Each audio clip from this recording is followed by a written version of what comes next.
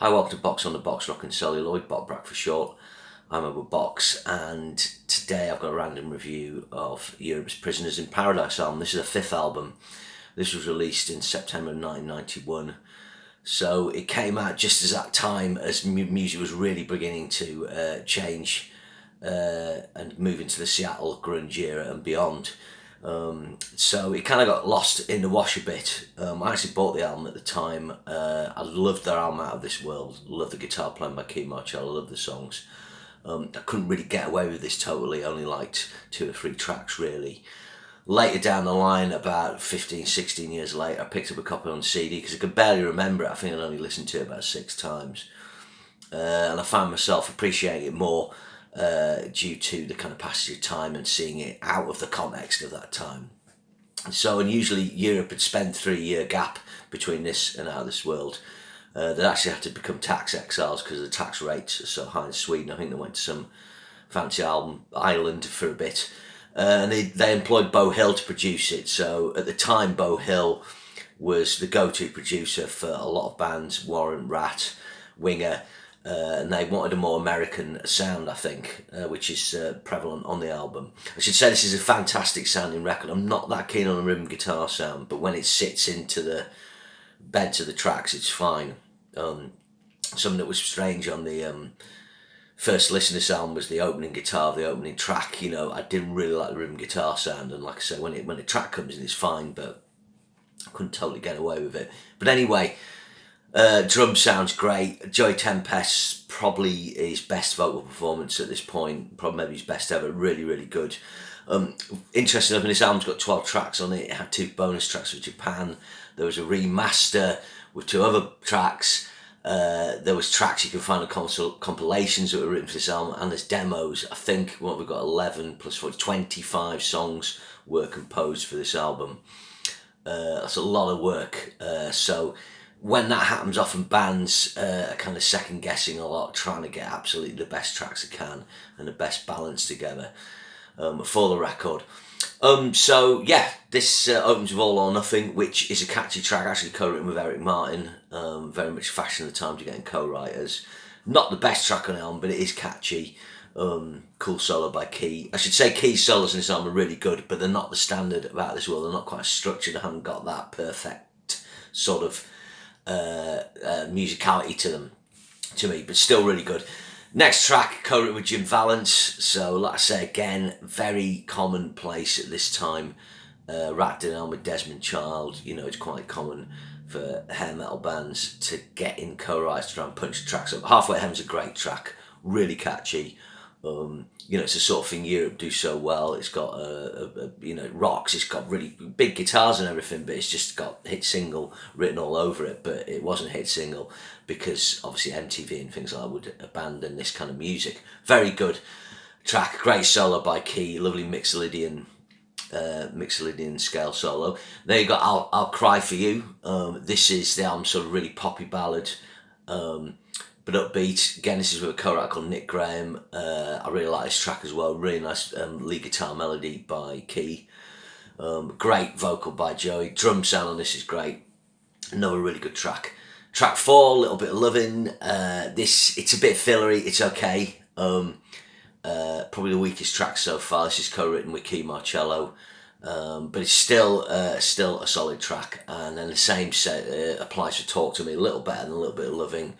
Not the best track on the album, but keeping a certain standard up, and that's written with Mick McKinley, the lyrics and the music. Then you got Seventh Sign. This is one of the album's cracking tracks. This is probably the heaviest track on the album. Really cool riff from Key on this. Yeah, he's a co-writer on this. Great solo. Really like the mood on this. I love Joey's vocal. Very good track, and that finished the original side 1 of this album. They actually had this on vinyl, this album, I wish I'd never sold it because it'd be worth quite a bit now. I doubt it was much pressed on vinyl, this album. So the title track opens side 2. This is a really good track. I don't think it lets this down. It's got really cheesy Bon Jovi style lyrics, like Jimmy got the train home today and all this. It's very sort of living on a prayer style lyrics. But I do like the track. It's got a lovely solo by Key where he brings out the sort of Brian May multi-track harmonies. Again, it's a pretty epic song. So slightly let down by the cheese of the lyrics, but a really good opener. Then you got Bad Blood. This is a filler track, but one of the best fillers. It's got a quite a sleazy riff. Kind of a walk this way.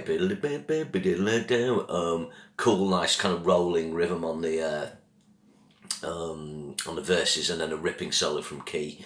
So I'm kind of almost like loving this track. Then you got Homeland. This is obviously a song about being, stuck on an island in tax exile. Just a big ballad in the style of Coast to Coast. Great lead break by Key Lovely Fills. A bit cheesy, but I do like it. Then got Your Mind in the Gutter. This is co-written with Beau Hill. This is kind of more of a Bon Jovi sort of Bad Medicine vibe. Good track, don't love it, but it kind of works well with the album, with the Americanized sound. And then Till My Heart Beats Down Your Door. This is written Brian McDonald and Fiona doing the lyrics, Tempest and Michaeli doing the music. Quite interesting. Obviously, Beau Hill produced Fiona's album, which is well worth checking out with some ripping Red Beach guitar.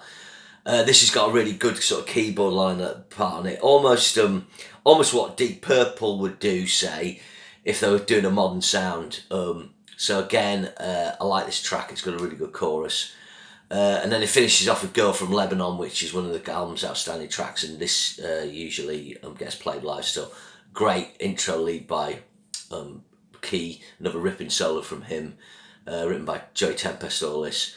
Really good track, quite mean and moody. So yeah, the album kind of, but both the tracks that finish both sides of the album, as it was the original vinyl, really good. The bonus tracks you can dig out. I mean, Yesterday's News is something that played quite a while. Mr. Government Man, I think. Here Comes the Night's pretty good. Sweet Love Child as well. Got some ripping solo on that. I've got to confess, I haven't checked out the demo tracks, which remain to be released. If you go on Wikipedia, you'll find the name of those tracks, and even apparently they are online. I'll have a listen. Additional musicians, Nate Winger and Paul Winger. So maybe is Kip's real name Paul? I don't know, but they've got them in on that. The other thing with this, it used something called Q Sound, either in the mixing or how it was done. That was something Beau Hill was experimenting and promoting. What am I out of 10? Sometimes I'm a 7, sometimes an 8. I'm going to give it a 7.5 out of 10. I think it lacks really classic tracks, something like Out of This World. Although it's not as popular as the Final Countdown, it has Superstitious, it has Sign of the Times, which still play live, ready or not, More Than Meets the Eye. It's got core tracks like that. This probably, Girl from Lebanon aside, it probably lacks that in the live lexicon, but it is a really good album. Of course, it sold 1 million copies now. Bands would kill to sell 1 million copies now. For instance, Black Sabbath's 13 album sold 1 million copies worldwide, and everyone was partying in the streets, and probably the last Van Halen album did just about, and so on. But back then, the cost, the cost of this recording 90 to 91, how long did that take? If you're recording all the songs and demoing, probably a lot of money. He was doing Burbank. They're probably spending money in the Tax XL thing. So, very expensive record, and 1 million wasn't enough then. The sales of Europe had gone down from 6 million worldwide for the kind of Final Countdown to 3 million for Out of This World to 1 million for Prisoners in Paradise, which is kind of an inevitable thing for like bands that cross over into the pop market. It's very difficult to maintain that level. So Europe kind of turned into 92 and then just packed in. They actually played my local venue, but I never went to see them because I wasn't that first. I almost caused a now regret because I love Keith Marchoni. He left since, but I do love Norum as well. In actual fact, I would say what John Norum's doing solo-wise, guitar soloing-wise, is better in this period than what Key did. Just, I still rate Key on the Out of This World, though. There's some really all-time great soloing. So this is, check it out, Prisoners in Paradise. There's a Rock Candy remaster either out or coming out. So if you've got the money to splash, it'll be well worth your money. Okay, I'll see you again. Remember, share and subscribe, and thanks for checking this out.